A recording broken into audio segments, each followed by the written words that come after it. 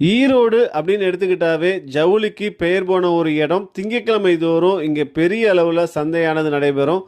ஆனால் ஞாயிற்றுக்கிழமை நடைபெறக்கூடிய இந்த ஒரு மணிக்கூண்டு சந்தையை பற்றி உங்களுக்கு தெரியுமா? தெரிஞ்சால் கீழே கமெண்ட் பண்ணுங்க. இன்னைக்கு வாரம் நடைபெறக்கூடிய ஞாயிற்றுக்கிழமை சந்தைக்கு தான் நாம வந்திருக்கோம். இந்த மார்க்கெட்டை பொறுத்த வரைக்கும் 1000 ரூபாய் பொருளை கூட 100 ரூபாய்க்கு வாங்க முடியும். பழங்கால பொருட்கள் எல்லாமே இங்க சேகரித்து கொண்டு வந்து விற்பனை செய்யறாங்க. அது மட்டும் இல்லாமல் பழங்காலத்தில் பயன்படுத்திய காயின்கள்லாம் பார்த்தீங்கன்னா இங்கே வச்சிருக்காங்க.